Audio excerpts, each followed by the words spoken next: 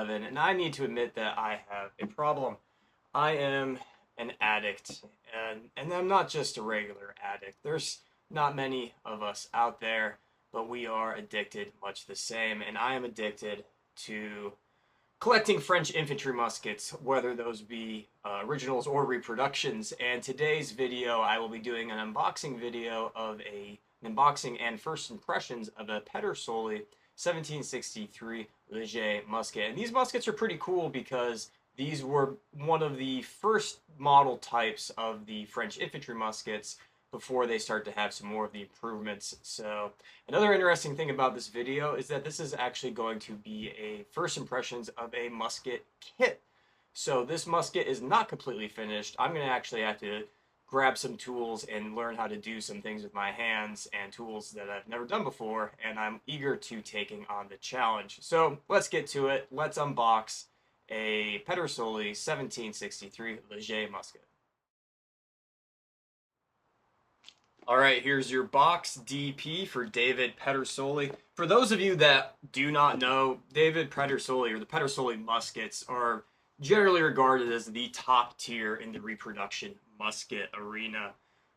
They are regularly regarded as very high quality firearms that usually cost a pretty penny to get. This one cost me around $1,400 just for a kit musket. And the reason I got the kit, if I could have found a 1763 Léger Pedersoli musket for sale, I would have bought one. But over the last 2 years, I have been looking around and I have not been able to snag one from any of the websites, Midway USA, Dixie Gunworks, or anything like that. I have been watching these kit muskets. This has been on Dixie Gunworks for at least a couple of years now. And I was like, I need to buy one before they go away. It doesn't appear that Pedersoli is making these at the moment. Hopefully they ramp up productions again because they are a beautiful gun. Anyways, with that out of the way, let's open it up. And look, another box. All right, get some more cardboard out of the way. And one of the coolest things about these, oh, that's gorgeous. Oh, wow. This is actually more put together than I thought. Actually, here it is, actually. It's already put together. Like I said, this is my first kit musket. So this is my first time actually getting to get my hands on a musket that is not finished. This wood is not stained.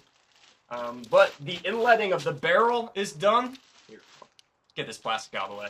All right, this is it. Ladies and gentlemen, people of the YouTube, friends and family, this is our Pedersoli 1763 Léger musket. So what makes it a 1763, or actually probably better known as a 1766 light? Basically, the original muskets that came out for the French at the end of the French and Indian War in 1763 was the model 1763. The French wanted a more durable gun, and they created that.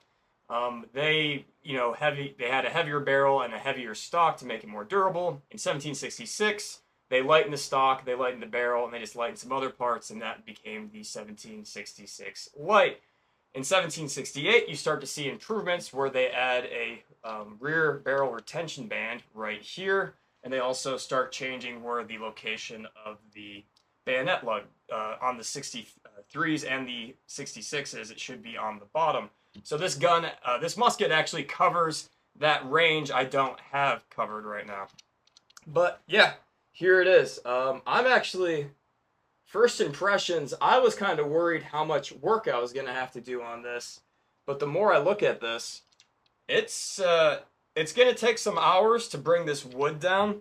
From the best of my knowledge, this is actually walnut, and it should be European walnut. I'm trying to get confirmation on that, but if it is European walnut or French walnut, that would be the correct walnut stock, well, the correct walnut wood, or the correct wood that was used for the stocks of these historic muskets. The Indian reproductions, veteran arms, they use teak. It's a hardwood that you'd find in the rainforest. The two-piece stocks you can get from like Dixie Gunworks when they actually made 1766s. those came from Japan, and those were two-piece stocks. And I'm pretty sure those were cherry. So getting that original European walnut, which I think this is really cool. Yeah, so here it is. And I'm just going to take the camera, flip it around, and let's get a nice close-up. So here it is. Here's our close-up starting at that cow's foot stock. The cow's foot is the much higher comb in the stock right here. This would actually come down quite a bit for the 1766s, the 68s, 70s, and moving on. But 1763s actually had quite a high cow's foot, came down a little bit for the 66. So I'm going to have to actually bring this down a little bit. As we move forward, you can see it has that beautiful Charleville right there stamped into it. You have a flat cock right there. You have a flat lock plate underneath. This is your trigger guard. You can see how it has that pointy edge on both sides. You have your sling swivel separate from the trigger guard. That is correct. We have our hammer, which doesn't have the little fling up there at the top. You're going to be able to notice that the wood that needs to come down the most is going to be right here. This is way too much wood near the barrel. But I'm going to finish up the rest of this. I'm going to break out my original French infantry musket as comparison. So as we move forward, you'll see this is the lower barrel band. It is held in by just tension with the wood. It is not held in by a spring. Moving forward, this is your middle barrel band with a sling swivel right there. And then you have your nose cap, which is held in by a retention spring right there. I don't think that's correct. I've never seen a squared off part on the bottom. I think that's part of the mold. That's not correct. And also what's not correct is this is missing a brass part. This should be brass. And then right here is a very pretty where they put the barrel or the bayonet lug on the bottom, and then you have your trumpet bayonet. But yeah, just picking it up is actually, I was expecting it to be a little bit heavier. But yeah, there it is. And now we're going to break out my original French musket and see what kind of work that needs to be done to get this to that standard. So on the top we have a French infantry musket, a model of 1766 with the 1770 improvements made at Charleville Armory.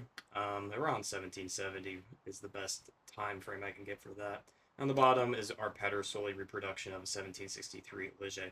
And as you can see, how the buttstock plate comes up and around, that actually seems pretty correct. This is actually a bit wider, but you can also see that there's a little bit more wood that's going to have to be shaved off of that buttstock. And then coming forward, we can see that the actual buttstock of a original is going to be much thinner than how big this is.